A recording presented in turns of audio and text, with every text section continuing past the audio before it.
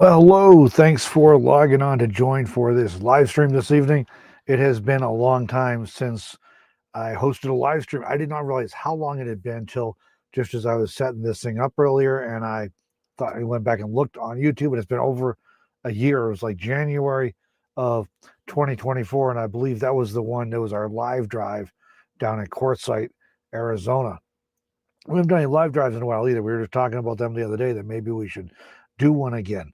Uh, but they're kind of fun. They're a little challenge. We have to make sure we get someone that's good in an area that's good cell signal while we're driving around, and we may try that again soon. Though technically, we do it a Starlink. We'd have to like flat mount it on the roof of whatever vehicle we're driving, which might be coming soon. Yeah. Before I go any further, though, I have to wish a very happy birthday to my daughter, my one and only daughter. Her birthday today, and I am not telling you how old she is, but happy birthday, kiddo. All right, well, we'll give people a few minutes to log on. I'll show you a few photos from what we've been up to recently. Here's our new box truck. So this video is preparing for box truck life. And this is our new truck along with a Prius. We drove up to Montana about 2 weeks ago, I guess, to pick it up.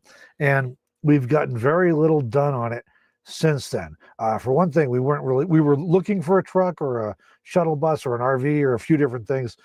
Shuttle bus was top of the list, or the box truck was top of the list, but we were kind of looking, hadn't been seeing much, and then this one popped up. So it came up all of a sudden. But this is why right here, this is why we've been delayed getting much done on it. It has been nonstop. You see that snow? This is the fresh one from last night. I didn't even know it was going to snow again. I thought it was dusting or something. We had a couple nice days. During those couple nice days, we went up to Montana. We got the truck. We drove back. It was great. But the next day, we were able to take it out and down to the car wash, give it a good bath because it needed a good bath. It was pretty filthy, as you probably saw in this picture here. And it's been kind of been snowing and icy ever since. And when the couple days that the snow and ice were gone, it was still pretty cold and everything was mud. So soon as this dries out just a little bit, we're recording this on Friday, April 4th. They're saying tomorrow is going to be a little warmer yet. It was only in the 30s today, kind of cold, a little warmer tomorrow. And then by the weekend, I was warming up. By Sunday, it's going to be nice. All next week, it'll be really nice. So we're expecting to really be able to dive into this thing. Before we came back, though, I got a few photos. I don't know if I've shared these before.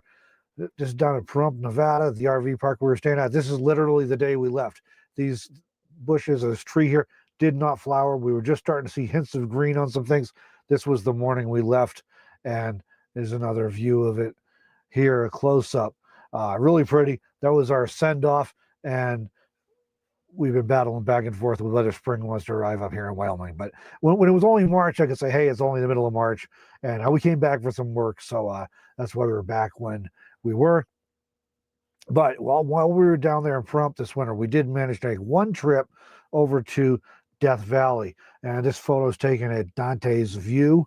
I always want to call it Dante's Point, but I think it's actually Dante's View. And that is an interesting spot. And it's 5,000 and some odd feet, I believe it is, above sea level. And you're looking in the back there at the salt flat that is below sea level. So it's quite a climb up there, really steep. They do restrict the vehicle length and trailers going up there. And the first time I took a van up there, I literally broke something and apparently burned out an ignition wire or vibrated loose or something. But it gave me trouble for a long time as a result. And here's looking down on the salt flats. We were there a few years ago when it was flooded and it had partially refilled. They call it Lake Manly. It's a long, dry lake bed, better known as Badwater Basin these days. And we also found while we were there, we took a different ride, a different road we've never been on before. And here's Ashford Mill ruins we found. Think about Death Valley. There's so much there that it's like every time we go there, we find something new. And here's a picture of the office building at the old mill site at Ashford Mill, they called it. And this was here from before it was a national park. There was a fair bit of mining activity there for borax and silver and gold and other things. And a lot of them did not really pan out well. And here's some equipment that's still at the site. I thought it was an old vehicle, abandoned vehicle at first, but it appears to be some kind of mining equipment. that, and by the pictures we later found, kind of cued us in on that a little more. All right, well, let me hop over. Oh, yeah, one more thing to show you. This was a fun one. I told you we had to come back to do some work. We did. We were doing a property inspection over in Moorcroft, Wyoming, and we saw this little fella while I was up on the roof doing an inspection. So I had to pause everything to get a few photos and a video clip there. All right, so if y'all want to leave any comments, we'll try and answer them as we go along here. I'm not seeing any popping up yet.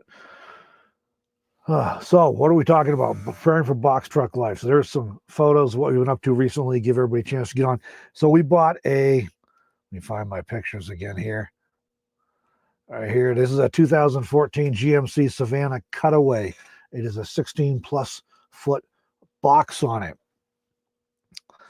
And that's actually 16 feet, 4.5 inches. I measured off inside, 8 feet wide, about 80 inches tall. So like a little over 6.5 feet. So really cool. We are looking forward to getting started on the build project on that.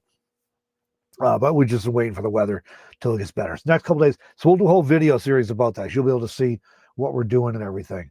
Some of the questions and things that come up around that, because we did a kind of an introductory video and we showed around it a little bit, but I did not dive into all the plans and all the ideas around it, because for one thing, we're still working them out. And yeah, I showed that video with the whiteboard scenes where we had different sketches and everything going on.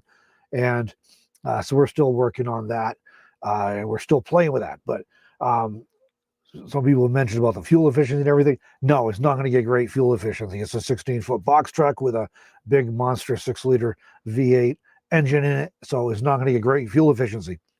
The thing about fuel efficiency, if you want fuel efficiency, you buy a minivan or a Prius. We already have a Prius. We would love great fuel efficiency. I'd love 20, 25, 30 miles a gallon out of an RV or an RV-sized vehicle, but it doesn't work that way. So if you want a larger vehicle, you take a hit on fuel efficiency. It's just the nature of the beast. And if you're driving an RV, you're going to get terrible gas mileage. If you're driving a box truck, you're going to get terrible gas mileage. Driving a shuttle bus, terrible gas mileage. You're driving a cargo van and hauling it with a high top, not so great gas mileage. Maybe a little better than terrible, not great. You're driving a cargo van and hauling a trailer, or you're driving a pickup or an SUV and hauling a trailer, like our 21-foot travel trailer that I'm sitting in right now, you're going to get terrible gas mileage. So they've all been pretty consistent in my experience. If we can get 10, we're happy. We may very well be able to get that out of that truck, but we are tracking the fuel efficiency. I've only put gas in it once, and that was in Montana at our stop that we made on the way back right here. We filled up with gas, and then we stopped and took turns running in to use the facilities, and that was it. We just filled it up that time. I think it's got like I'm not sure on the gas tank size. I got to look it up still. It's well over 30 gallons. If it's 40, I won't be surprised. So, but fuel efficiency, no, it's not going to be great. It's just the way it goes when you have a big vehicle like that. However, we need the room, and we want the room so we can have a comfortable space. There's been some comments about the fiberglass roof and how we're going to install solar, or we won't be able to install solar, and we are going to install solar, and it does have a fiberglass roof on it. Now, some of these may, and maybe some of the older ones may have an actual solid steel roof on them. All of the ones I've been seeing recently in any kind of recent era thing, and again, there may be exceptions to this because there are different companies that make boxes for box trucks, and they get the Cutaway from Ford or Chevy or whatever, and they put a box on it. So there are different companies make those things, and ours is made by Superior, I believe. But a lot of the ones I've been seeing recently, they got the same as this truck does. They have like some supports, aluminum supports, roof supports, and it's either just a thin layer of sheet metal sitting over the roof supports, or it's the fiberglass sitting over the roof supports. And a lot of companies seem to be liking the fiberglass these days because it lets natural light in during the daylight, so drivers can see more in the back of the truck without having to worry about electric lights and things, which probably would just get broke over time anyway. So that seems to be the trend. But even of those so I've seen the fiberglass a lot. Of those that still have metal, they are just It's just a thin layer of metal, and you still cannot just bolt solar panels right onto it. So you still would have to do something. So in either case, unless you found one with a solid steel roof, which I haven't seen around, I'm sure they're out there, but I haven't seen them. Unless you do that, you're gonna do what we're doing probably, or we are doing. You'll probably have to do what we're doing, and that is putting a roof rack, custom roof rack, on the truck. So there's a nice rail there. There's a few different ways I can do that. So we'll be deciding on the exact mechanism in the coming days, and then maybe a week or so. We'll be putting a roof rack on and going over the fiberglass roof, and that's how we'll be able to mount solar and everything. Some of the fiberglass thing, I'll talk about more of that when we get to the video about the roof and all that stuff, and about our details there. But we may leave some of it as it is, and then cover part of it and insulate it and put wall boards in, because I think the whole thing being open is going to be a real heat loss issue in the winter, and probably a condensation issue. And also, I think most likely, if we did that, it would be just going to be an oven. It's going to be a solar greenhouse effect in the summer. And even if we have an air conditioner running there, it's going to be so hot. So we will probably do something with that, but that's to be determined. And the roof rack we put on and the solar we put on will be done in a way that allows us to make some modifications as we go. We do have plans for that. And I think that's going to be a problem with a lot of box trucks, unless you've got one that's got a nice heavy plywood ceiling. But it seems to be a trend away from that. But I am not a box truck expert. I've driven them for different jobs and stuff, but so I've seen some, but I'm not any kind of expert on that. That's just been what I've been seeing recently. All right, L. Feltz here. Rainy, stormy, southwestern Illinois. Yeah, so you got a great question there about salvaging items. I'll come right back to that. And also a 2500 HD truck with 36-gallon tank. So that sounds about right. I did not look it up yet. We do have a manual that we found after we got the thing back. I was going by the gauge and how much it took to fill, and I feel like this is a bigger tank than we have in the van, which is like a 32-gallon, I think, something like that. So I feel it's a little better. So I was figuring upper 30s, maybe in that neighborhood.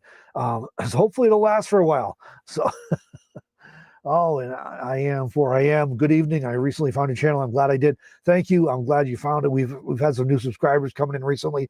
I haven't done a live stream in forever. I don't know why, but had some things to talk about. So I figured let's do a live stream and chat a little bit and everything. Will we be salvaging items? Yeah.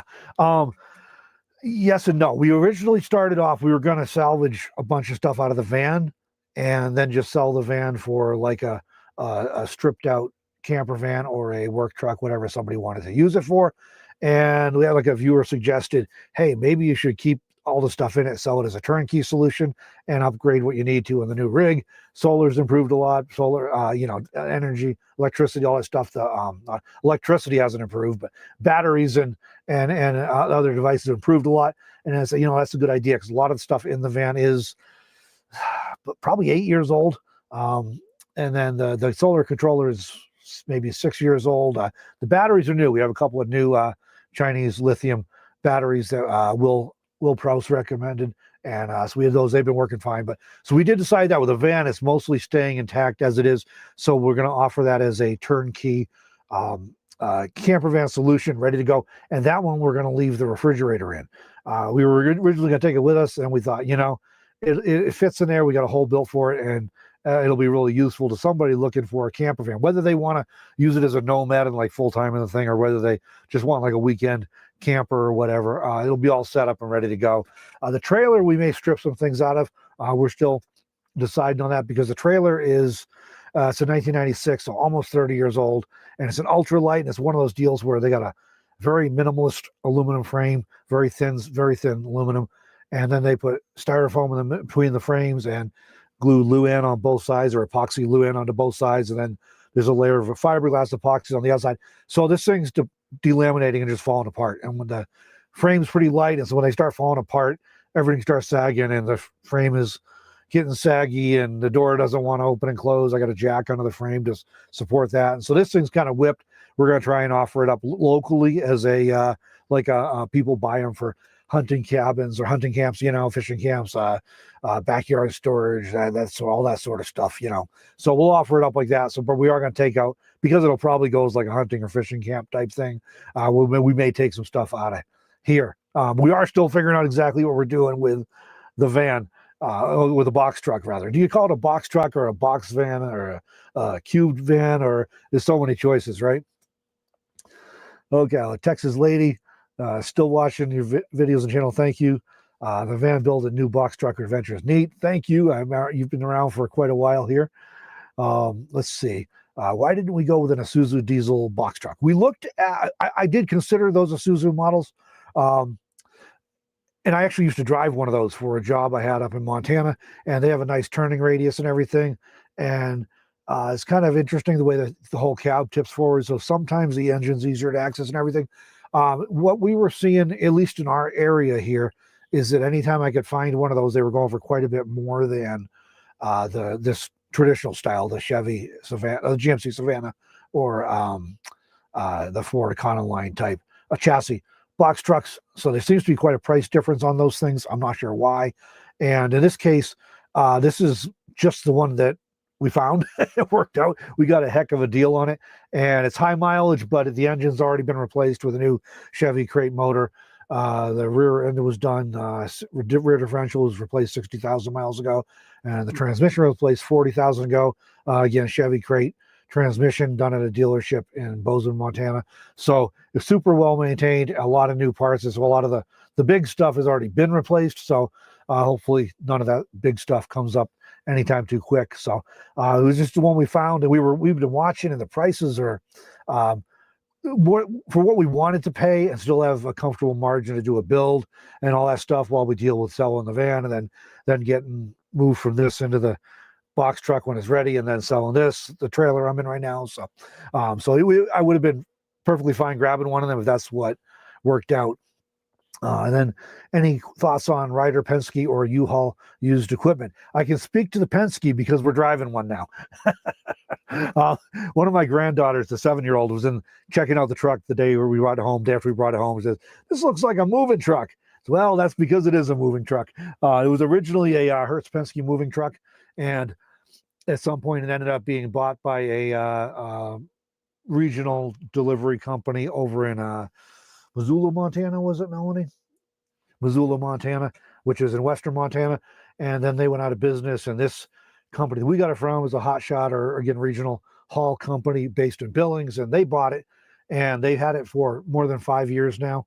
And they've upgraded several trucks recently, and so they had several that they were selling, and they had a situation where their lot, they have several businesses in one building, and so they have like the end, and they have a certain amount of the parking lot, and they didn't have enough parking for all the trucks, so they really had to move some along that they no longer needed. We also got this with the front steer tires are pretty good. The 4 rear drive tires are brand new Cooper ATs, and they're like $900 worth of tires all by itself. So it was just worked out as a great deal for us. But yeah, it is a Penske one. When you get into anything rental like that, some people think, excuse me, some people think it may be a concern. They might be like been beat hard or something. Others feel like they're probably fleet maintained. They have regular oil changes and everything else. So they do sell them before they get too old. All I can say with this one is that it's been, at the very least, since the last 5+ years, and probably a few years before that, it's just been a highway truck, been running up and down I-90, mostly going between Billings and Bozeman, and it's been well maintained in that time frame, and everything seems pretty solid so far. We made it back to more in northeast Wyoming, which was a 4+ hour drive, so I figured that was a good start, good indication all by itself. And good evening, Arthur. Thanks for joining tonight. All right, a few things we have planned with as far as getting into that box truck build. I have a kind of a checklist of priorities.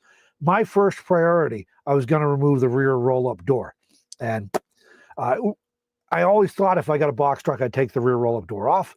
And then when we got this one, I started having second thoughts. I said, "Oh man, maybe we'll just put we'll do a garage in the back, and we'll have an inside garage wall, and I'll build a false ceiling. We'll just leave it all in, and we can have the whole door open to get the tools and things in the back." And I was watching a video on a box truck. Do you remember the name of that channel? Those older folks it used to be like tiny house prepper or something like that, but it's something about live simple, live free, maybe, or something like that. Now, wasn't planning to mention it, so I didn't look it up ahead of time. But anyways, they had planned to leave their back door on and just leave it permanently closed. And as soon as they cut a pass through into the cab, they noticed that it was horribly, definitely noisy. It's rattle, rattle, rattle. And I went and checked on ours, and sure enough, it's rattle, rattle, rattle. Then looking closer, I realized it's like missing a roller, and some of the roller bushings are shot and everything. And I could rebuild all that and replace those. Those parts are available, but it still doesn't seal up good. When we washed it, that's the only place the box took on some water was in the door. And then I'm remembering when I've driven box trucks for jobs before, and you always get water in through the back door and everything. And I said, okay, it's just going. So then we thought Nomad Brad has a couple of, I met him years ago. We were doing some video work for the same company, and briefly, and I lost track of him. And lo and behold, it pops up. I think Melanie saw one of his videos. Crazy thing about YouTube and Amazon and all that stuff, Melanie will find something. She mentioned it to me. I don't look it up.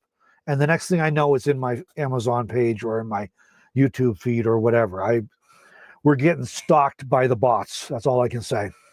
But anyways, he has done a couple of box truck builds now, and he left the door intact and like construction adhesive the panels together, cut off the cables, and then built a wall on the front and back with plywood and stuff. And so I thought about doing that, but I think it's going to be almost as much work as just pulling it out. And we're already going to need to do a trip to the landfill with some construction debris, things we've already taken out, like part of the floor and stuff. And so we'll just haul it off and be done with it. And I think it'll be lighter to just build a wall in. I don't think it's going to take much longer, if at all. And then I can know what we got there. So let's see. So I know where I was going with that. The roll-up door was going to be my first thing. My wife said, you are not putting a roll-up, working on that roll-up door and trying to disassemble it until you put a pass-through in, because we don't have the side door on this truck. And then I'm thinking, yeah, you know what? If something goes wrong and the door gets jammed and I can't get out, one of my kids would come rescue me, one of my sons. My father lives in town now. He used to be known as the strongest man ever, worked for the town of Cambridge, New York. He'd come rescue me, but I would never live it down if I got myself stuck in the bed of a box truck.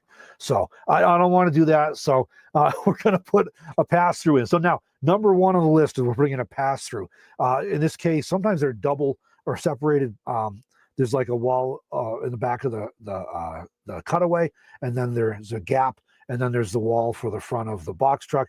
Ours, they're actually smashed together, and there's just one single layer of plywood. So it'll be very simple to do. We'll cut out the doorway, and that'll be what we'll start with. Then we'll decide if we, excuse me, it's getting dry here. We had heat running all day.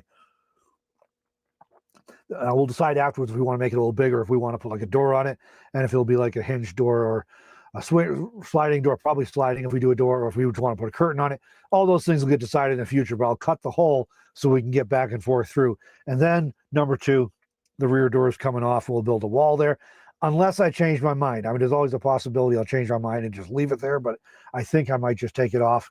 We're putting in a garage wall, as I was mentioning. We're doing a several foot. I think we're going to be around 3 feet.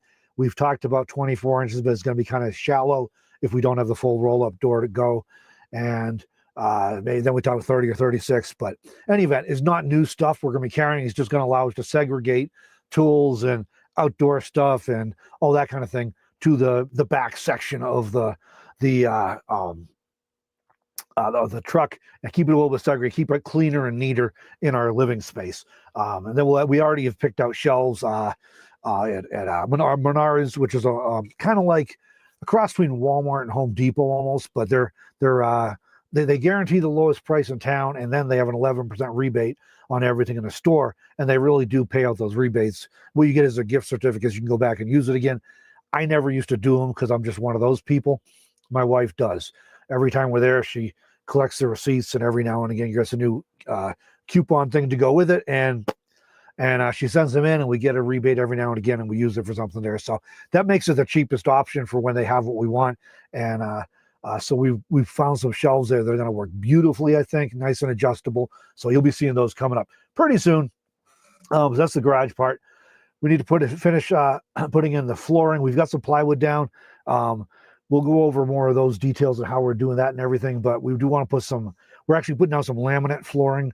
It's kind of it looks like bamboo. I don't know if it's true bamboo flooring, the interlocking flooring, or if it's just designed to look like that. My folks had it in their living room in their house when they moved out here last year, and it was a little bit dated, and there was a weird tile cutaway in it, and there was no way to fix that because we couldn't match the laminate. So my daughter was doing some remodeling, and they donated a whole trailer load or truckload of laminate that was in very good condition that came out of their house, and two of my boys ripped up the floor and put it in there. So we saved the laminate that came out, thinking we might use it for something at some point, and so my folks have donated that to this project. So that'll be going in, and I think that'll be a really nice floor in there, provide a little extra layer of insulation and stuff. And then I think we'll do something, maybe we might do peel and stick tiles or something like that, something durable in the back, maybe the rubber matting stuff, but something durable in the garage area. And then number 5 on the list coming up in the next week or week and a half, whatever it is, 2 weeks, is the roof rack and the solar stuff. And we'll go over more of all these things as we get to it, and we can actually show you what we're doing. I would love to be outside shooting this live stream outside and show you stuff, but well, you saw the picture already. And if those of you who are just logging on or logged on more recently, that's what it looks like. Well, it looked like that this morning. It is melting now, fortunately, but that's how we started off our day here in Northeast Wyoming. I thought we were going to have some flurries last night, and that's what we got, because the winter doesn't want to quit, but looks like it's getting nice as of this weekend. So we'll be out doing that stuff, and I'll show you all that stuff then. But we're excited. The van still runs great. It's hard to complain about it. I've had that thing for going on 5 years, and we've surely had to do some maintenance on it, but it's been a great vehicle. I can truly say it's never left me stranded anywhere. I've never had to get towed off the road or anything. Even though it now has 298,000 and some odd miles on it, it is still running great. The transmission has been replaced in a couple times. That's still the original engine, so still going. Not all of them make it that far, but some do obviously get that far. You see some with 450 on the original engine. So I don't know how long it'll last, but it'll be going to a new home sooner than later. Basically, because even with our high top and everything, which made it possible for us to use it over the winter, that was our down in the desert and everything. That's kind of how that was possible. That was the big win for me, was if we get it at least good enough to use it for the winter. And then we just kept looking, and we just stumbled across this thing that was exactly what we were looking for. And I should mention, I've been asked multiple times, are you going to paint it? I haven't even thought about painting it. It's just kind of a non-issue to me. I don't care. It's all the same color. That's really all I care about. It's not, and if we are, I mean, the white is the most common color for box trucks, just because it's the fleet color. It's also the most common color for the cargo vans and the fleet pickup trucks and all that. So, I mean, I would have been fine with white too.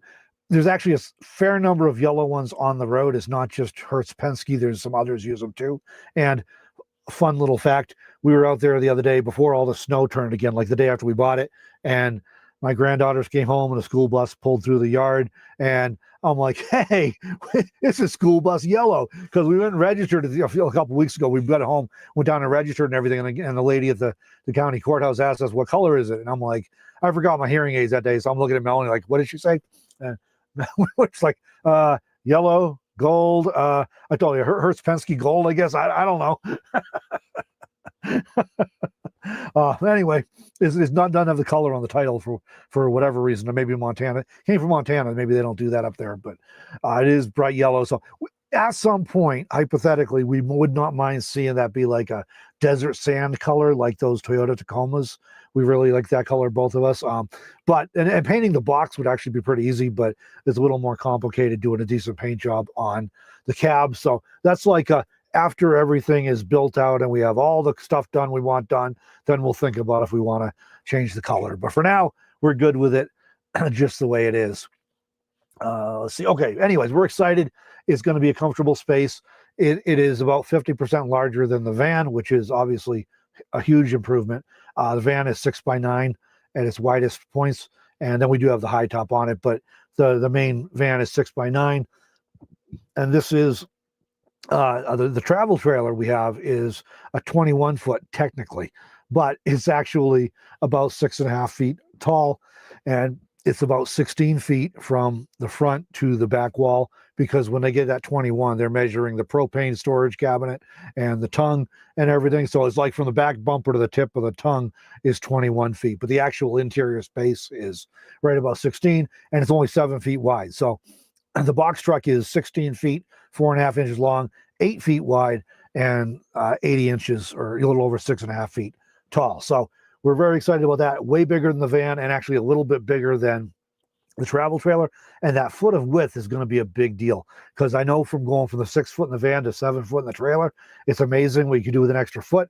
And with so many times in the trailer, we're like, oh, if we had just a little more width. So we're excited to see that. It's also easy to drive. We can get into something bigger, they can get a little more cumbersome to drive or whatever. This thing drives, it actually rides better than the van does before or after the high top, and it rides better than some other box trucks I've driven. They did upgrade the shocks in it and everything, which may be part of that, but it rides really easy and it's simple to drive and cruises right down the highway, no problem. Drives fine around town. We've had it around doing a few errands and everything, so good rig that way. And it's, some may have been wondering, as far as getting this thing registered, this is going to vary some between states. In terms of doing this in Wyoming with a Montana truck coming into Wyoming, we had no problem at all with insurance, no problem at all with the title or with the registration, no issues at all. In Montana, this is not classed as a dedicated commercial vehicle. It's just called a truck, the same as pickup trucks are. And our van in a lot of states is an E350. Some states will consider that a commercial vehicle. In Wyoming, it's just a regular passenger plates on it. So the box truck just has truck plates on it, which includes pickup trucks, box trucks, the step van things, all kinds of stuff, up to 26,000 pounds gross weight. And we're at 12,300 gross weight on that, which again is more than a full ton beyond what we can do in the van. We don't have enough stuff. If we picked up this travel trailer body with a crane and set it on that truck, we would not be overweight. I mean, it's and everything we own is in the travel trailer right now. So, but there were no issues and no problems getting it registered or insured or anything. Let's see. I like the idea of a square to build out. That is, I am thrilled about that prospect. I've done multiple vans and different sorts, and minivan and full-size vans, and it's a challenge because I don't have the patience to try and scribe everything to make everything fit perfectly against the wall and make the fronts come out as far as they're supposed to, so everything fits properly, and it's a challenge. And then nothing's like, even two pieces don't fit, and it's opposite sides of the van, everything's just different. So I'm looking forward to the square walls, because it's going to make my life easier for anything we do build ourselves. And it's also cool because it makes it much more feasible to pop in pre-built furniture if we want to do any of that, which we might if we find the right pieces. Even with the Econoline, with those curved walls, they curve top to bottom and front to back. And anything that's taller, even trying to put a fridge in there, it hits the wall on the top of the fridge, and the bottom is sticking out from the wall. And that's like so challenging at best, but it's definitely frustrating. So I'm looking forward to not having to be a boat builder to make good use of the space in the box truck or the cube van there, whatever you want to call it there. There you go. And yeah, Brad, I don't know if I've seen anybody do that before. I think I've seen one other video where somebody did that since then. But that's it is an interesting idea, and we might still do that. That's just going to be to be determined when we actually get into it. Okay, here we go. Bill with Live Simple, Live Free. Okay, and this is a 14. I was thinking it was a little bit smaller than ours. But I only recently found that channel. Melanie actually found it and sent me a link to it, and I checked it out. And so once you go down the rabbit hole, so anytime you get a new car or something, you all of a sudden you see all the people who have similar cars on the road. And it was sort of the same thing with, like, now I see box trucks everywhere, and I'm seeing box trucks on YouTube. And I'm trying to get all the ideas we can while we're stuck in this waiting on the weather thing. And of course, before we can get too deep into the box truck too, we got to finish up a few things with a van that aren't quite done, and we'll be getting that listed for sale. And like the proceeds of that will help pay for some of the stuff in the box truck. Oh, and let's see, question here. What's the roof made out of? Yeah, we talked about this a little bit earlier, but I'll recap it here because it's the roof in this has got it's got aluminum roof supports across the top of the and on the inside of the truck, and then the roof sheathing is actually fiberglass in this one, which seems to be getting, it's like a translucent fiberglass, seems to be becoming a lot more popular recently. I guess the truck companies like it, like UPS and FedEx and DHL and all those truck companies like it because it lets light through, so the drivers can see stuff in the back, especially these bigger boxes. Like this one's a 16-foot. The challenge, of course, is we're worried about hail. We're worried about if we get under a low-hanging tree out in the national forest. We're going to try not to do that, but if it were to happen, we don't want it puncturing the fiberglass. And there's also, of course, in the summer, it's going to be a solar oven, and in the winter, all the heat's going to go right out through it, and probably a condensation issue. So we're going to be addressing that. In the short term, we'll be putting a deck, roof rack and deck thing up there so we can mount our solar, and then we'll be making some adjustments in stages. But that roof rack we designed, I'm custom doing it, and it will be designed to allow us to make some modifications to or repairs to the roof as necessary over time. And we'll go into a lot more details on that when we get to the roof part of the build process. And again, real quick, number one up on that is the pass through into the cab, so I don't get stuck in the back. So my wife's worried about that. Number two is the rear door. However we do that, we need a man door in it, or a pedestrian door, this one is called anyway, so we can get in and out easily, because we don't have a side door on this one, and we could put one in, but it's more expense and hassle, and it would mess up all of the interior layouts we have planned so far. So we're just going to stick with a pass through and the rear door, but one way or other we have to put a hinged man door in the back, then a garage wall to separate off the living area from kind of a garage space in the back, and then some floor covering. We're doing laminate, at least in part of it, with either a real or a fake bamboo laminate. I'm not sure what it is. It's in my parents' shed right now, so we'll be going to get that this week, give them some more room in their shed. And then number 5, we'll get to that roof rack and solar stuff. And yeah, this is the Chevy 6.0 LS engine in it, and it has been replaced already, like the transmission and the differential and everything. So they're good engines, and I do not have a ton of experience with Chevys in recent years. My last few have been Fords, only because that's just what was available.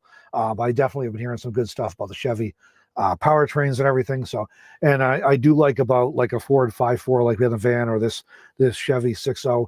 Either way, any mechanic in North America can work on these things. I do a lot of my own work, but the times when I don't want to, or it's over my head, I know I won't have trouble getting it serviced. All right. So I got a few things might be interesting to talk about here. One more question here, then we'll dive into a few other things. Trends I've been noticing, I thought might be fun to talk a little bit about this evening. And I hate having to drink while I'm doing a video, but just some chai tea going there because it's been dry with all the heat running around here. Are we planning on a mini split for heat? Mini split for heat and air conditioning. We have talked about it. We haven't really definitely decided anything yet. I have not installed one before, but I've seen some videos about them, and some of them now are made to be pretty easy to install. So that's one that we're right now. It's cold enough that heat would be a handy thing. Actually, we had talked about pulling the diesel heater out of the van and putting it in the truck. We decided we're just going to send it with a van, so it's a full, ready-to-go camper van. But so we're not sure what we're doing with all that yet. Right now, we're coming to that season where, even though it's terrible this week, it's getting nice next week, and it'll be nice for a bit. And we have a little window before it gets hot enough here in Wyoming that AC is really going to be a big concern. And then again, we'll have a good window then until it gets getting cold enough where heat is going to be a big concern. But those are things we'll definitely have to be figuring out as we go on this process. This is one of those where we didn't have a whole complicated build. I know some people, they have the truck picked out they're looking for, or the shuttle bus or the van or whatever, and they've kind of got it all figured out what they're going to do with it. We didn't really have that. We knew we needed to go a little bigger, and I wanted square walls, and we were hoping to find something a little newer than the van, ideally, just because, frankly, it's easier for me to work on them with the OBD2 and everything, and it's easier for a lot of mechanics to work on them because a lot of mechanics these days struggle with stuff like carburetors and whatnot, especially the younger ones who didn't come of age on those things. So it kind of hit this. We found exactly what we were looking for, and in really good condition and everything at a better price than we were looking for. But we didn't really have a layout or anything, so other than just the loosest ideas. So we'll be figuring all that out coming up pretty soon. So a couple interesting trends I've been seeing on YouTube in particular, and you guys can weigh in if you've been seeing these things or if you have opinions about them, but just thought they might be interesting to chat about for a minute. One is the trend of nomads, van lifers, RVers, what have you, converting to the tiny house world or the homestead world.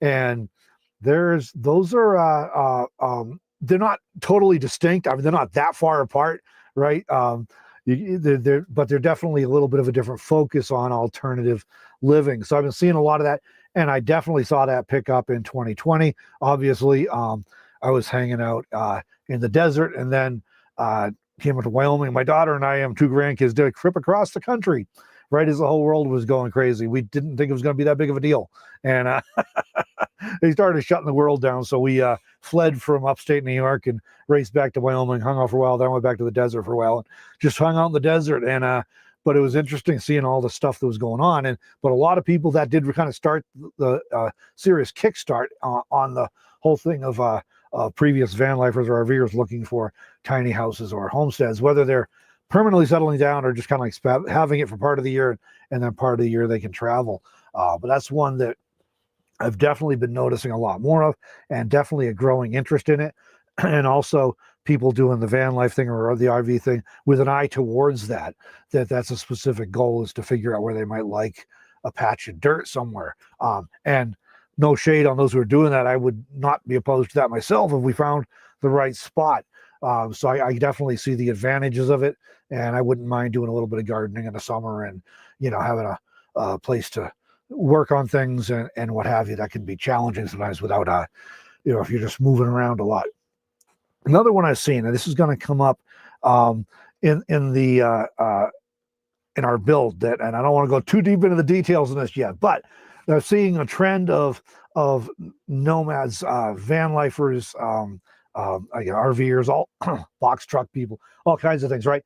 Moving towards either power stations, portable power stations like the Blue Eddies we have a few of, or serious custom solar. And it seems like that middle ground of putting in average systems like what we have in the van. We have 400 watts of solar, rigid 100 Renogy rigid panels on the roof, Renogy charge controller, Renogy inverter, and we now have 200 amps, two 100 amp hour lithium batteries in there.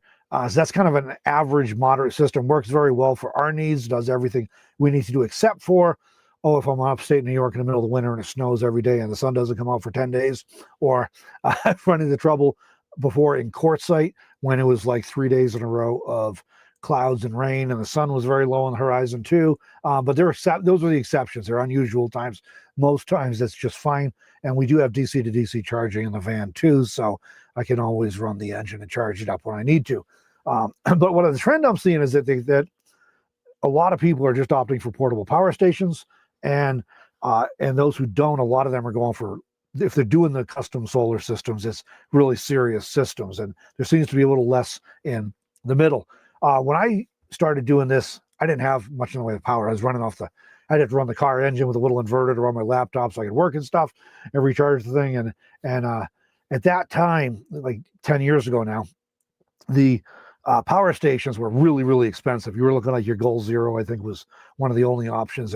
But they were very expensive. They were very big and heavy, and the performance was not good. They didn't last long, and it would take you, if you depleted your battery, it would take you 2 to 3 days to recharge them on solar, because they couldn't take much solar input. So in that context, I always just tell people, don't do a power station.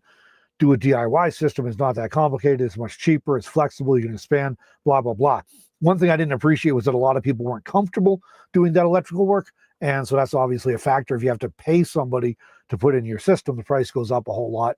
But now these portable power stations have gotten so good, and the prices are so reasonable. They've come down so far, and portable solar is so affordable and everything that I can definitely see why that's an appealing option. So we're going to be trying some new stuff when we go into the box truck, which is one of the reasons we decided to leave the system in the van that we have in the van, and it'll just be a ready to go solution for whoever wants to use it.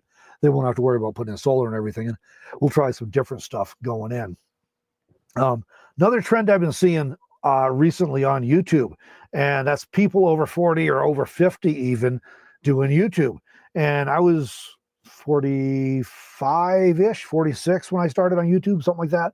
I had no idea what I was doing. I started doing video editing for work, and I thought I should have a channel to put up, some videos to show that I can edit videos.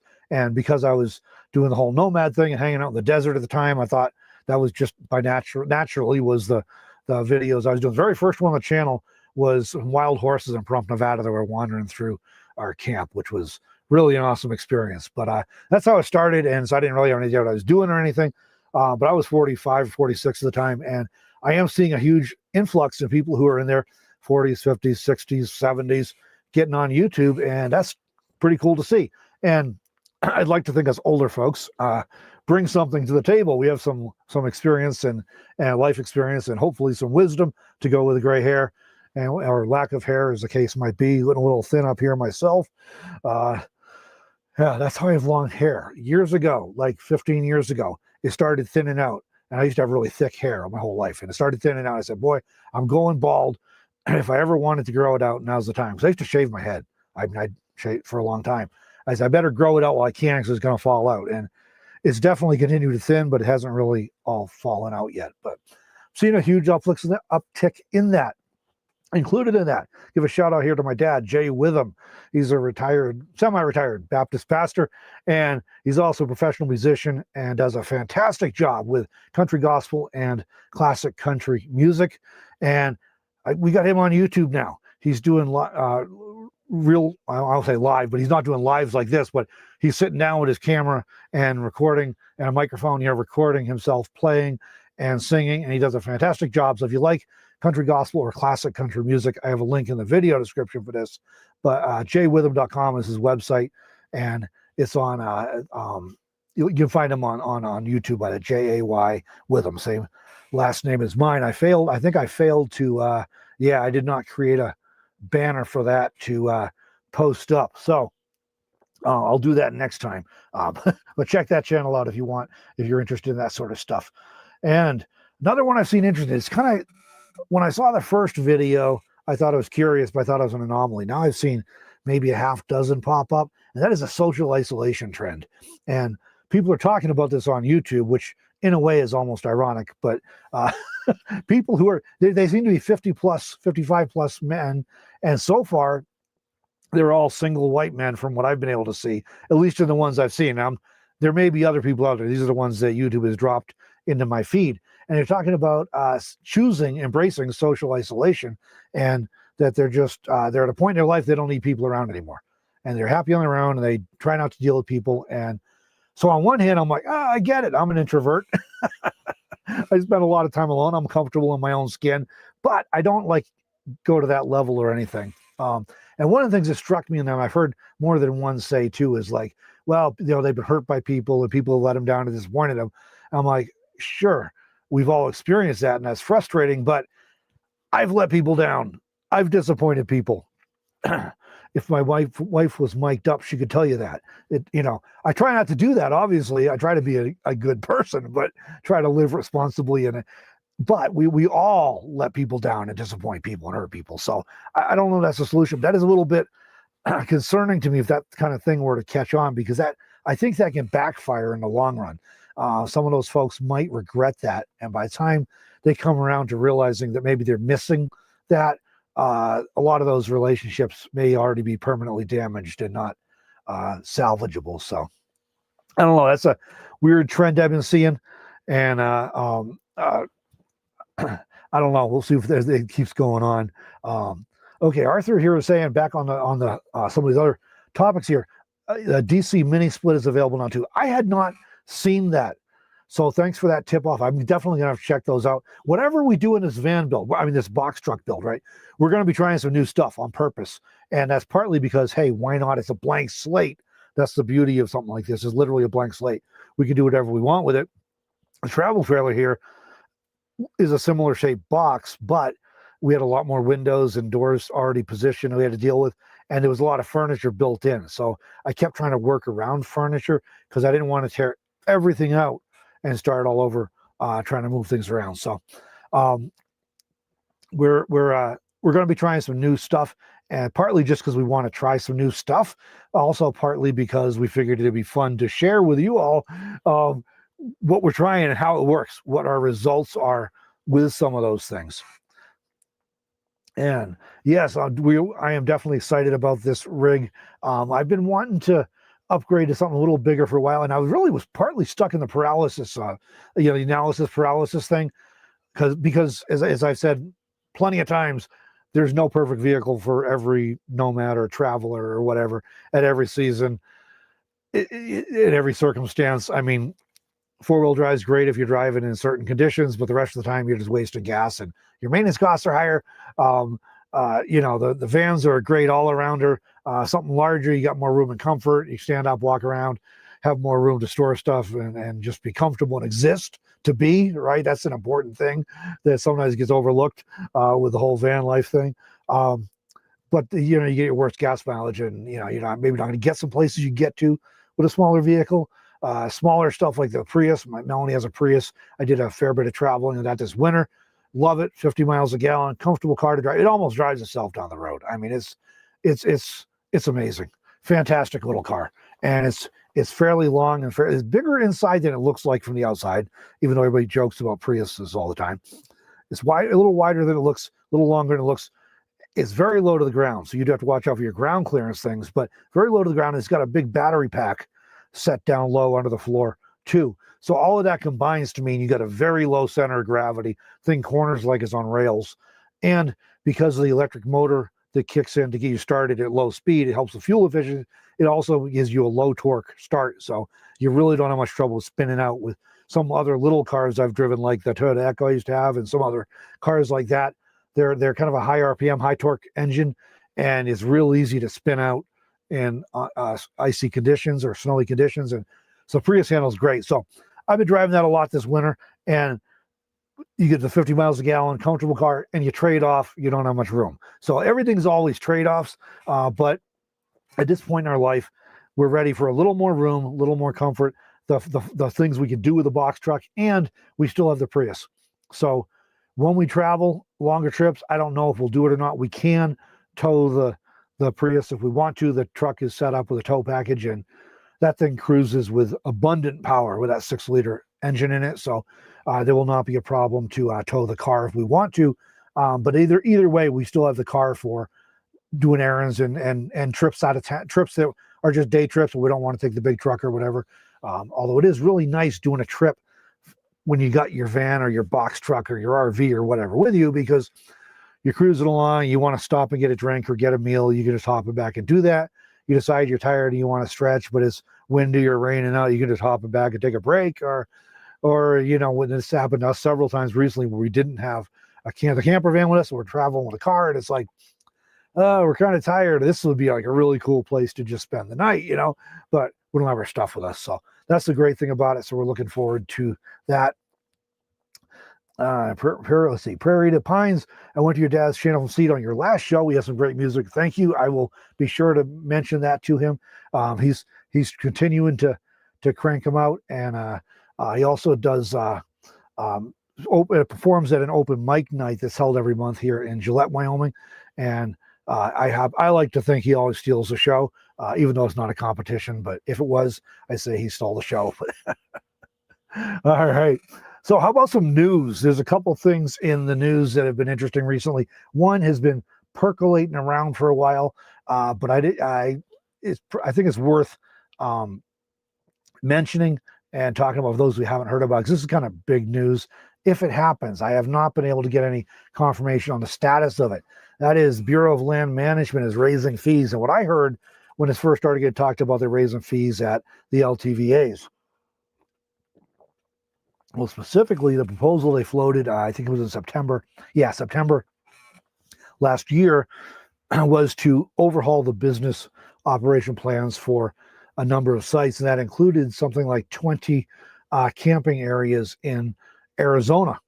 And that does include long-term visitor areas, specifically those near Ehrenberg, Quartzsite, Oxbow, and Yuma, which is to say I think it's the Imperial Dam one. I think it is down by between Kofa and Yuma, and then the La Posa, the big one that's very popular up around Quartzsite.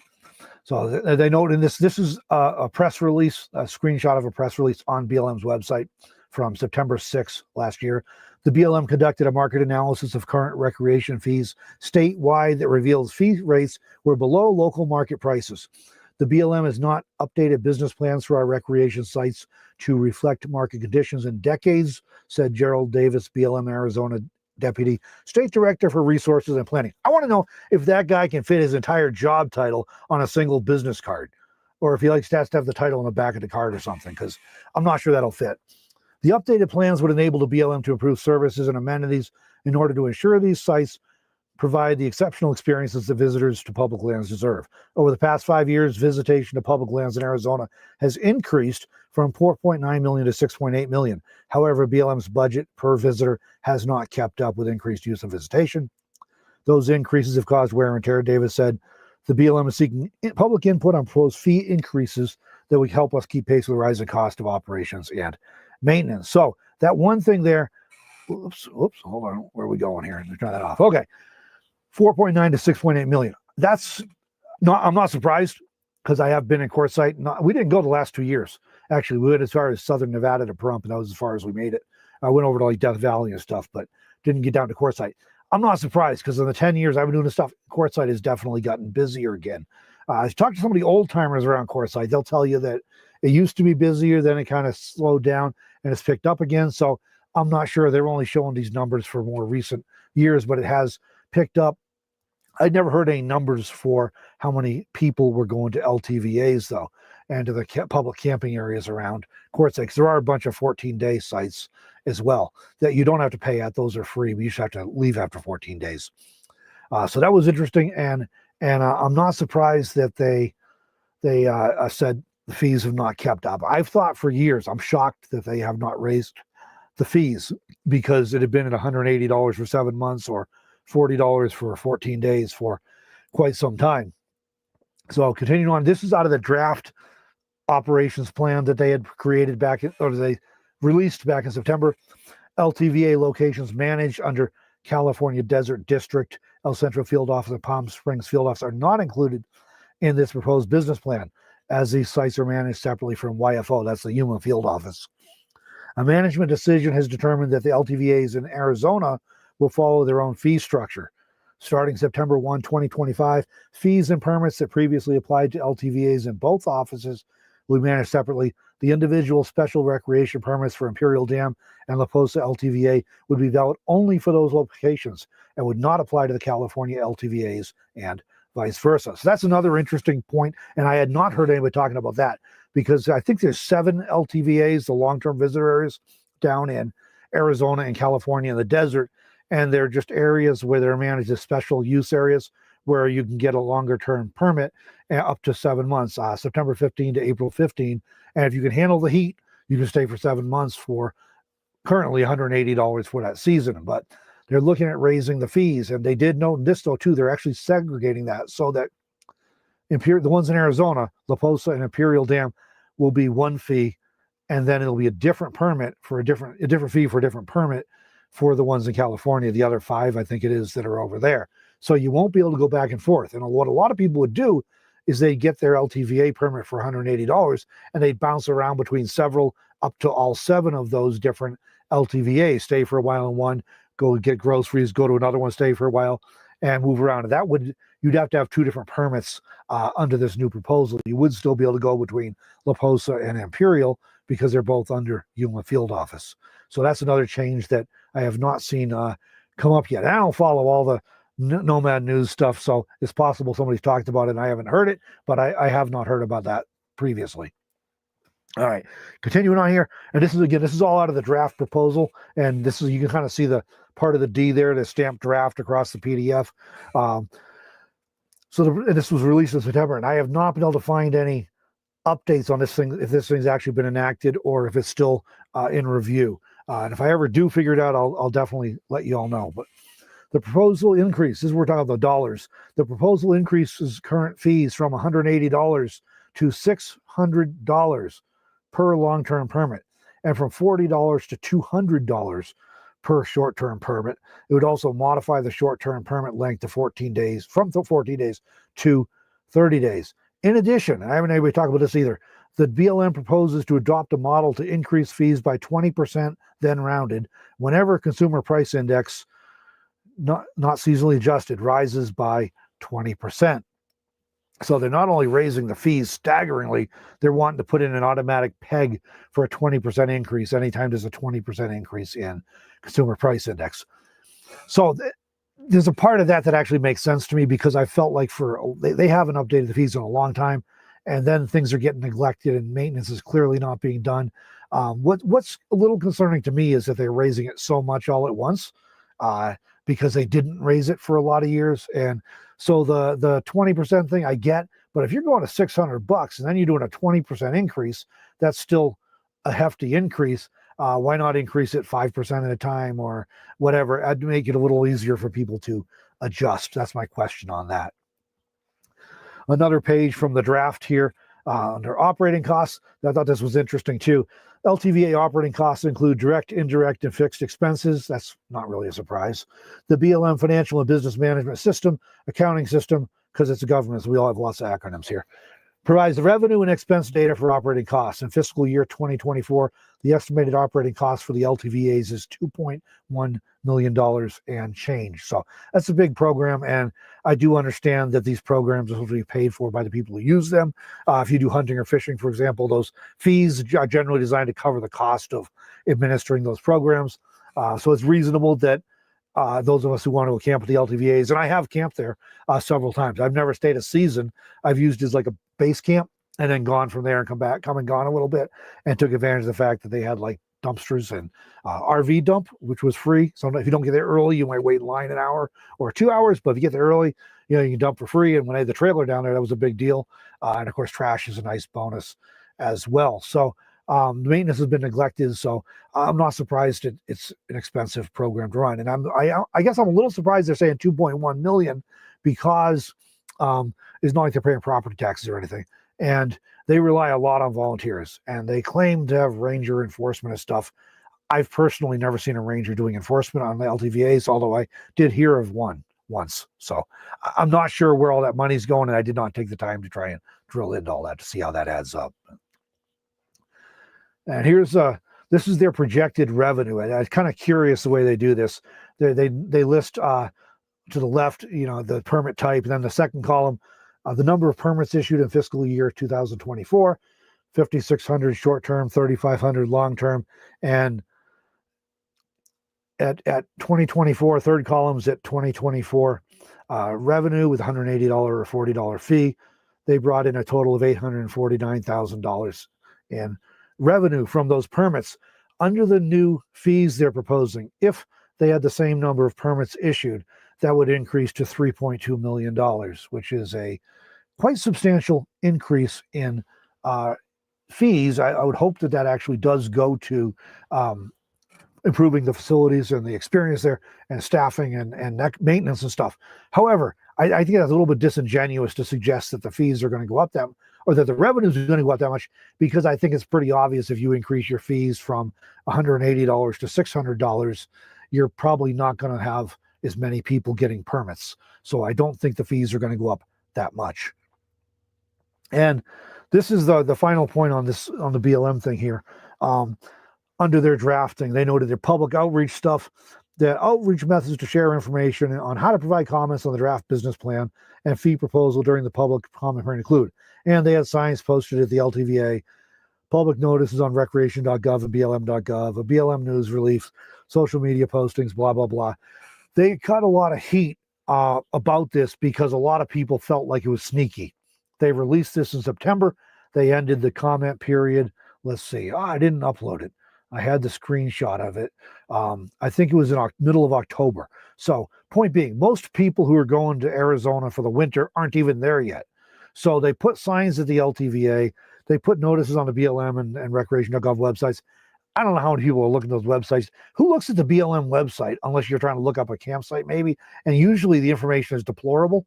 I get better information from other sources. By the way, shout out if you're looking for camping, free camping directory, or inexpensive camping directory, check out my Nomad directory. And my friend Tim has put that together. It is fantastic. It is my new favorite one-stop source for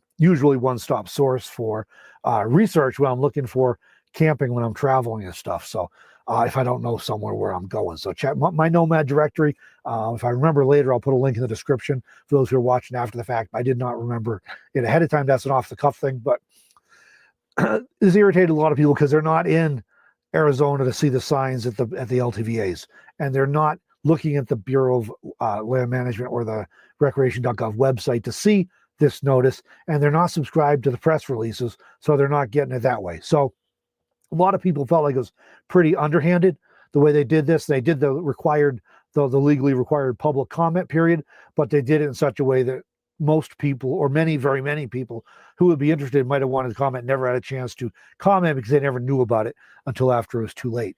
And like I said, I have not been able to find out. I have looked into this. I can't figure out if this thing's been adopted formally or not. I will try and follow up with that. I may actually check in with the Yuma field office and update you on that in a future video, see what they have to say about it, if it's been formalized yet, or if it's still just they're being thought about. Another piece of BLM news I thought I'd share. I'm sharing this because I'm in Wyoming, and this is why this one caught my eye.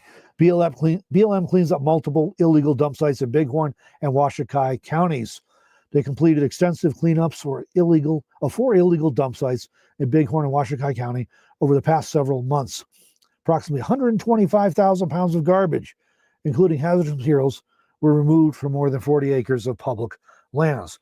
Now, if these people who are dumping this crap, if their mothers had raised them up proper and their fathers had raised them up proper, they might have understood that they are going to destroy things and get things shut down for everyone.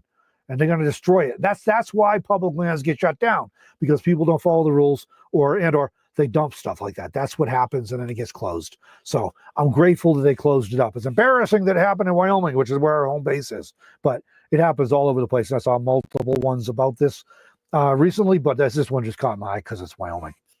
Here's a little more details here. The dump sites included the 15-mile OHV area shooting site west of Worland, and we did a video out of Worland not too long ago. An area west, it's the other side of the Bighorns, area west of Basin, a site near Highway 31 east of Manderson, and an area near Nyber Road south of Worland again. The waste removed included appliances, furniture, shooting targets, scrap metal, wire, yard waste, tires, concrete, and other trash and non-hazardous materials. Additionally, 1.4 cubic yards of hazardous asbestos-containing materials were removed from the dump site near Nyber Road and disposed of in compliance with local, state, and federal laws and regulations. So how do you like that? I mean, that's mind-blowing, that amount of trash. And, McMillan and I will always pick up trash when we can when we're out. How much I pick up depends on how much room I have in my vehicle to carry it and how easily I'm going to be able to dispose of it. I'd love to see all public land offices, BLM offices, and Forest Service offices have a formal policy where you could pick up trash on public lands and throw it in their dumpster. Because a lot of times I don't have a good way to get rid of a lot of stuff. So I can only pick up maybe a small bag of trash that I'm confident I can get rid of when I'm traveling out. And some trash is kind of nasty, and I don't have the gear sometimes with me to pick it up safely. But I do try to pick up stuff. When you're talking that volume of trash, I usually can't pick up appliances and stuff. And for sure, I'm not going to be tackling doing an asbestos cleanup because I worked a bazillion years ago when I did not have hardly any gray hair at all. I worked for a company that did asbestos abatement back in the heyday of that.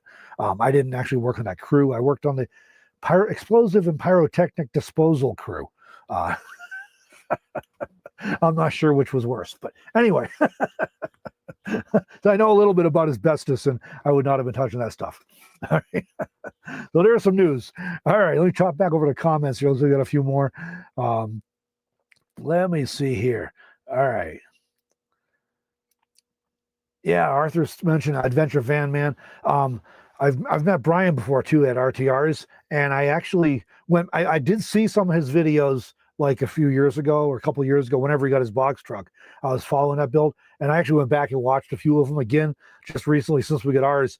Kind of checking out. Fantastic thing being able to see how other people do stuff. And one of the things that's curious that I've noticed. RVs people will modify, and I'm pointing with a broad brush here. There's exceptions to all of these rules.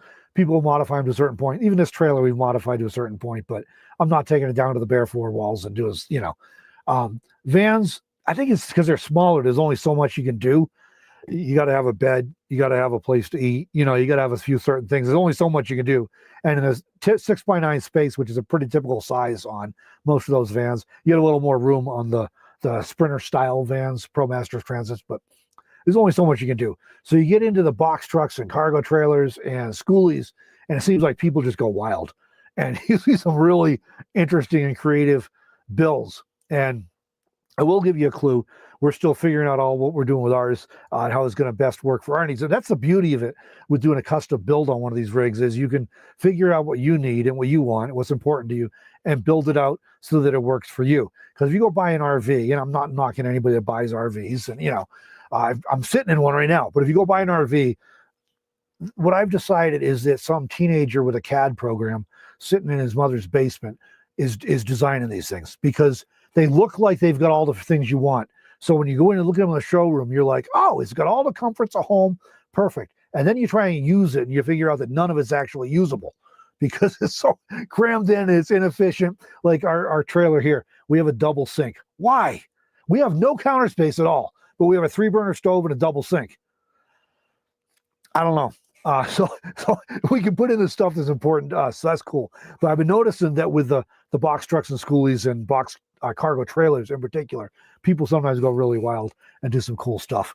So we're working on our ideas still. I'll tell you, we are going with kind of a cabin-like theme, similar to what we did with a van, only different.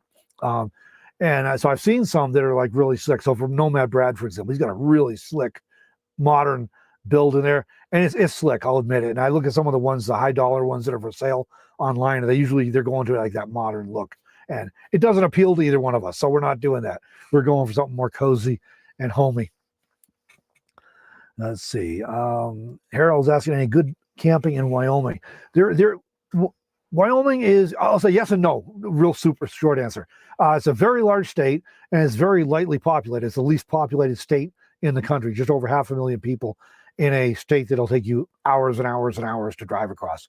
It's far more wide open nothingness than it is towns or cities. And there's only a handful of cities proper. And the biggest, I think, is Casper at like 60,000, maybe a little more. And Cheyenne on the Colorado border, which is, I believe, is the second biggest city. Gillette's like 30,000. Rollins is smaller. Laramie's smaller. So most of the cities, Sheridan's a lot less than 30. It might be 15 or 20 or something off the top of my head. So they're smaller. But more than 50% of the land in Wyoming is public land. The challenge is a lot of it's in this weird checkerboard thing from back when the railroad days and everything. And so a lot of it's not always accessible. But there is a ton of good camping in Wyoming. If you need cell phone signal, it gets tricky. That's been a challenge for me over the years as a digital nomad. We have Starlink now, so it doesn't matter. But that's a challenge when I have to be able to work, or at least check in with work to make sure there's no crises that demand my attention. Haven't missed anything important. So there is a lot, some more so in areas like in the forest land. I think you'll find a lot more. There is like some grassland and BLM land, but again, a lot of that's going to be checkerboarded, and it can be difficult, impossible to find access to it. But there's definitely some places to explore around here. Let's see. There we go. Semi-new to the channel, and welcome. Even if you're only semi-new, welcome anyways. Enjoy your content. Look forward to following along your box truck build. Are there any insurance considerations you're aware of for a versus standard cargo van? The one I hear about a lot, this is going to depend, first of all, this is going to depend by state, because things can be different in states because of titles and registrations, and insurance companies have slightly different rules in different states, depending on what the state insurance department requires or allows them to do. Wyoming is pretty easy on a lot of this stuff, more so than some other states. Schoolies are often a challenge, school bus conversions, because they're a bus, and some states make that very difficult. Other states make it very simple. Um, I'm not sure exactly how it is in Wyoming. I don't think it's the end of the world for sure, especially for the mid-sized ones. You know, the under 26,000 pound GVWR. With a box truck, the way this worked here, I had no problems at all. I just got on my insurance policy and added it on, and it's just considered in Wyoming. It's just considered a truck, just like a pickup truck. And some states will consider a one-ton pickup, like an F-350 or a Chevy 3500, as a commercial truck. They'll consider a one-ton van, like we have the Ford E350 would be considered. It's a one-ton, so would be considered a commercial vehicle. Is not in Wyoming. It's just a passenger vehicle. Lots of people drive big trucks around here just because they want to, so it's not really an issue here. And yeah, I had no problem with the insurance. I just put it on, and it was fine. And then I had no problem with the title or the registration or anything. It was just like registering the van, and they just gave me truck plates instead of passenger plates, which is simply the way they divide things here in Wyoming. In the smaller vehicles, cars, minivans, passenger vans, all that stuff has passenger plates, and pickup trucks and box trucks and step vans and all those kind of things have truck plates. And then when you get above 26,000, then you get into the commercial plates, and that's kind of a different consideration, different variables at that point. And let's see here. Carefree Highway LTVA rate increase will cause increased rates at the local RV parks as well. That is an interesting point. I had not thought about that, but I bet that's true, because if you go to Quartzsite, for example, and when I do go to Quartzsite, I usually like to go late November, early December, or maybe in like February, late February. In other words, it's kind of the shoulder seasons. January is the peak month. That's when the big RV show at the Big Ten is. That's when the most vendors are there. That's when the RTR and that stuff is all going on. That's all during January. So January is like peak tourism season for Quartzsite. The traffic is just like New York City or Boston or LA, bumper to bumper, and it's just pro tip though, don't tell anybody I told you this, but if you do go to Quartzsite in January and you want to get something done, go early in the morning, because by 9:30, 10 o'clock is getting crazy. But if you go early, everybody's sleeping in or not moving out of camp yet, and it's not too bad. But so I go on the off times, and if you go on the off times, it's pretty easy to find camping on the free sites or site spots at the LTVA or in any of the RV parks or commercial campgrounds around. They're not very full. January is a whole nother story. If you can find a spot, you're going to be paying top dollar. And so I would imagine that Carefree High was exactly right, that if they raise the rates that much, because a lot of people, it's a 7-month thing, and $600, okay, if you're staying for 7 months, that's still under $100 a month. It's still cheap, but that's a big jump all at once. And so and a lot of people don't go for 7 months. Most people don't go for 7 months. That's where I was going with all that. Most people don't. Most people go for a month or two or maybe 3, and starts getting expensive if you're paying $600 for a month or $600 for 6 weeks even. And so that might push some of them off, and that will definitely give the RV parks an opportunity to raise their prices, because if you're only going for a month, maybe that $400 or $500 RV park would have sounded like a good deal. So I bet they are raising their prices. And I do have to scratch my head a little though with all of that, because as I said earlier, it was probably overdue to raise the rates, because frankly they're losing that much money. The fees should be paying for stuff, but why so much so fast? And I almost have to wonder, that is absolutely going to cause a reduction in the number of people going there and camping there. So I almost wonder if that's like, is that intentional?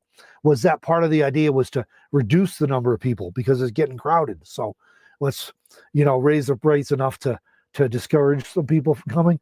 And a lot of the people that are staying at the LTVA in the winter, they're staying in the winter, and they are, they're doing it because it's financially affordable. They're not able to afford gas to be running around all over the place, changing campsites every 2 weeks. And you can go into Quartzsite. There's no big stores there, but there are stores there. There's a Family Dollar and a Dollar General. There's a couple small grocery stores. There's a cool little marketplace. I don't remember the name of it. It's tucked in near KB Tools and all that stuff by the Big Ten. and they got all kinds of scratch and dent stuff, and yeah. So you can get you could go to Quartzsite and stay there for the winter and burn hardly any gas for the winter. So. And Diana says, hi, Robert. Can't wait to follow the build. Love the high top build. Well, thank you, Diana.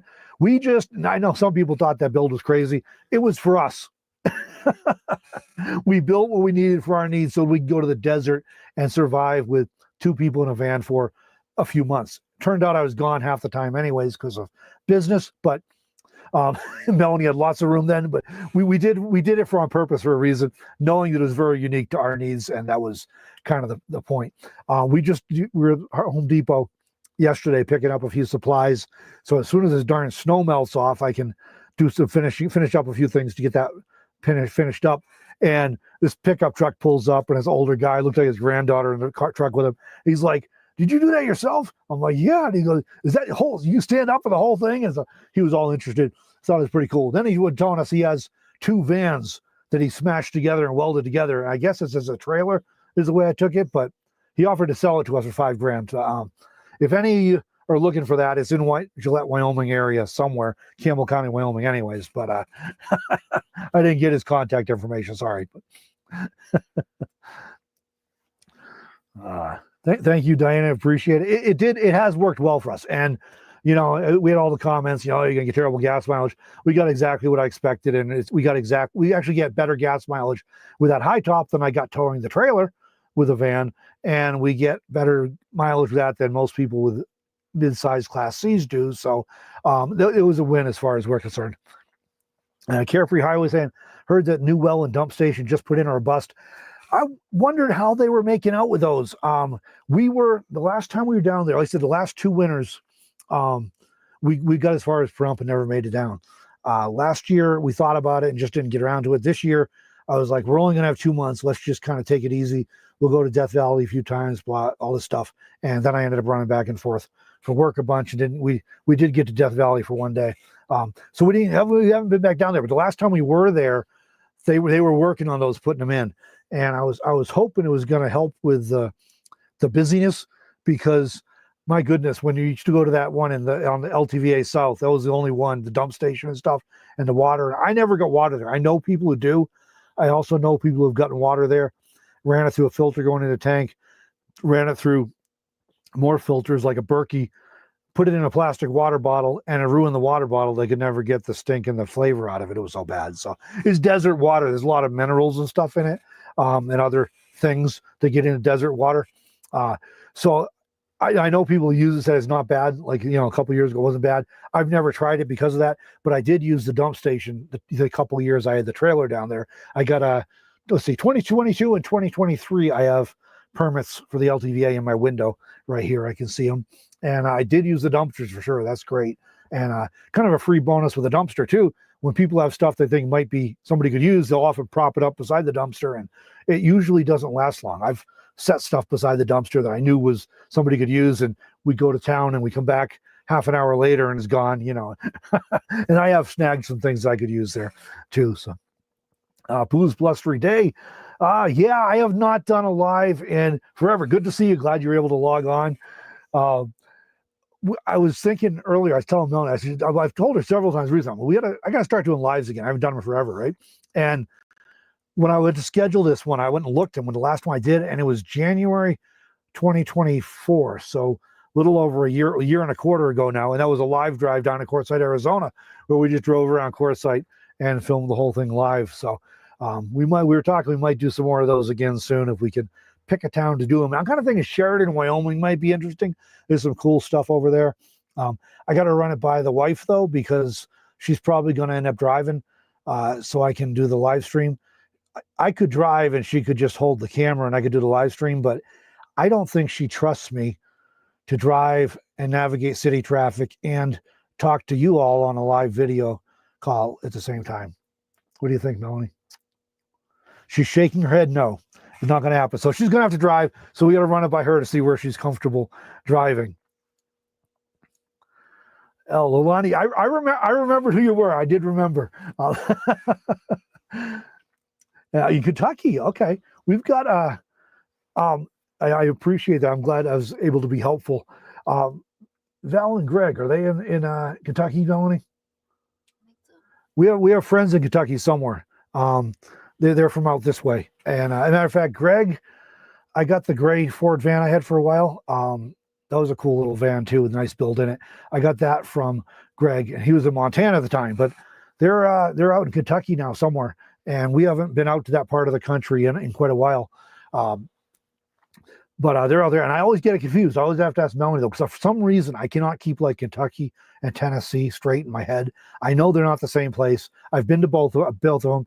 I just can't keep them straight for some reason. So anyway, oh, Alicia, welcome. Thanks for joining. Another Wyomingite here. Alicia says, yes, the next live from Sheridan.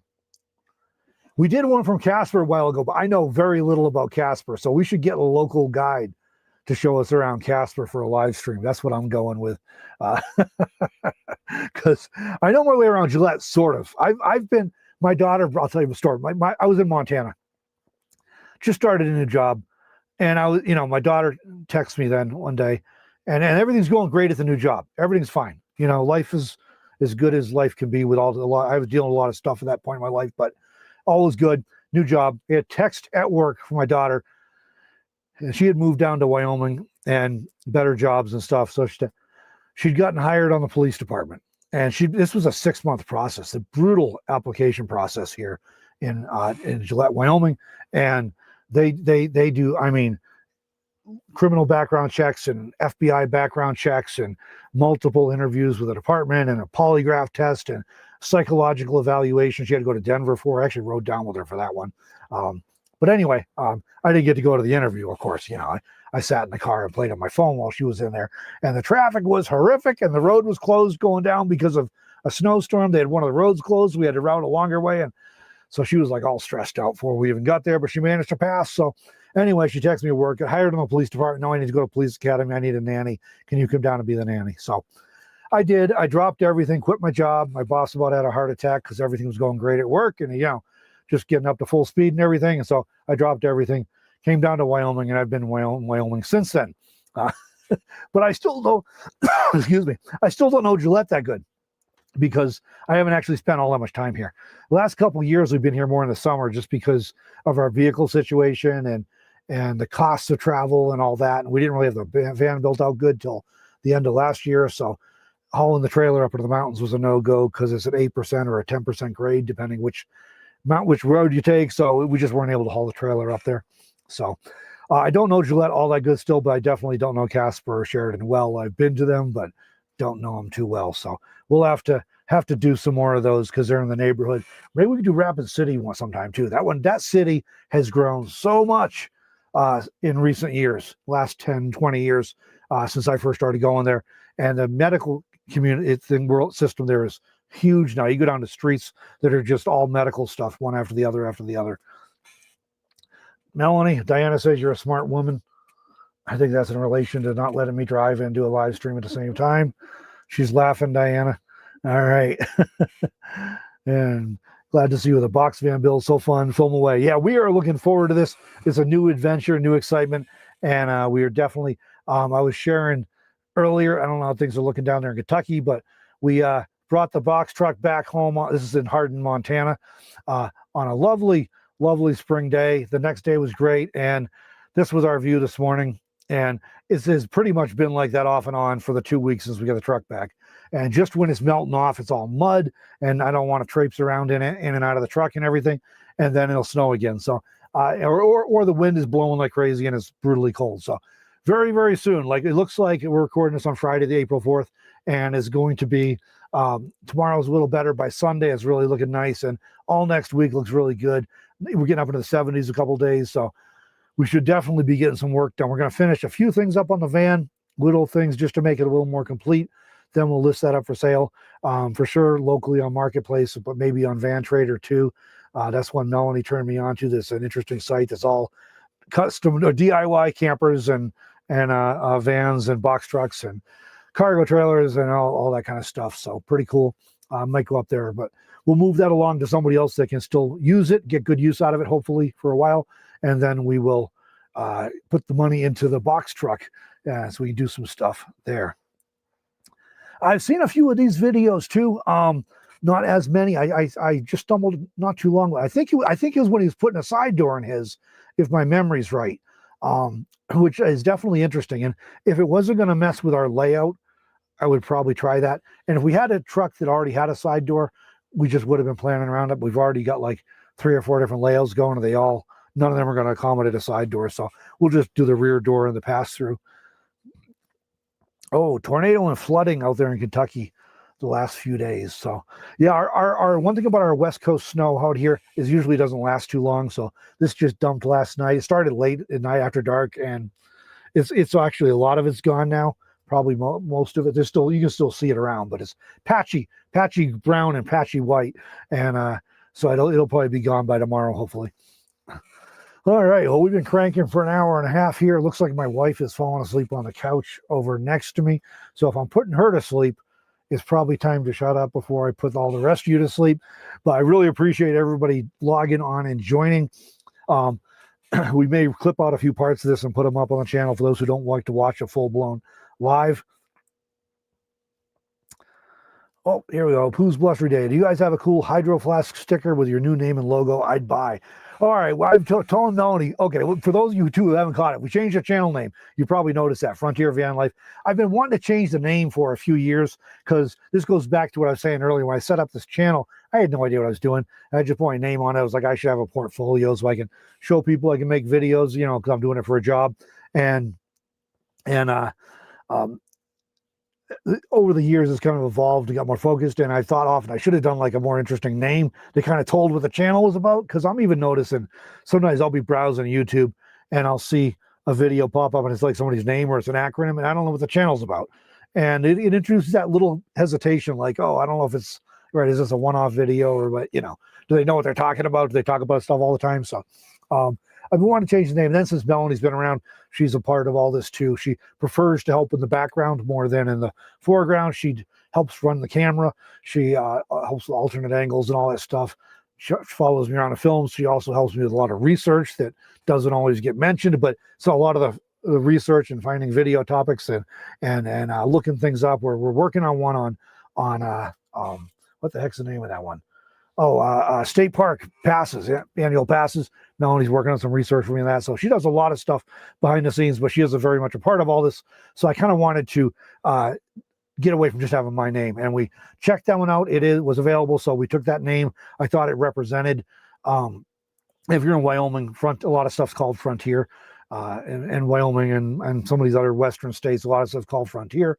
So kind of our home base in Wyoming, that makes sense. And then I think van life is kind of broad enough. It applies to vans and box trucks and schoolies and all of it. You know, people call it all van life. So we thought it made sense. And as soon as I did that, I'm like, well, now we got to get a new logo done. And so we will be working on that. I have set up a new site on Fourth Wall. I think there's a link in the video description. Membership site for those who want like behind the scenes stuff. It's affordable. It's not too much. We tried to keep it cheap, but basically we post behind the scenes photos and stories there. And it's a way that, you know, those who want to can help support the channel, but obviously no obligation or anything else like that, but no pressure. But if you want it, it's there. But we do have a storefront with Fourth Wall. That's why I mentioned that. And we have, right now, I just have some ebooks on there. We will be adding some merch there just as soon as I get a new logo figured out. So I have some ideas. I just need to sit down long enough to do it, between all the box truck build and finishing up the van and driving to Montana and all the rest of the stuff. So I think that'll be coming soon. And yeah, Adventure Van Man had a good build. I saw he's traveling around in a Astro right now. I think he's still got his box truck. That was one of them cute little U-Haul ones, another U-Haul truck. And I've been back rechecking some of his videos recently to get some ideas. I'm trying to get as many ideas as I can before we start actually building stuff. So I figure I got a few days to go, and then we'll be diving into all that. All right, well, thank you everyone for joining. I appreciate you taking the time to hang out tonight. We'll do this again. If you have, I'm not sure. I think we'll probably pick a day. I don't know if it'll be Friday or not, but, and I don't know if like the evenings good like this or afternoons or whatever, but we'll figure this out. Maybe I'll put a poll up on YouTube in the community post, let you all vote on it. So, well, thank you all for joining. We'll catch you in next video or another live, whichever comes first. Thanks, everybody.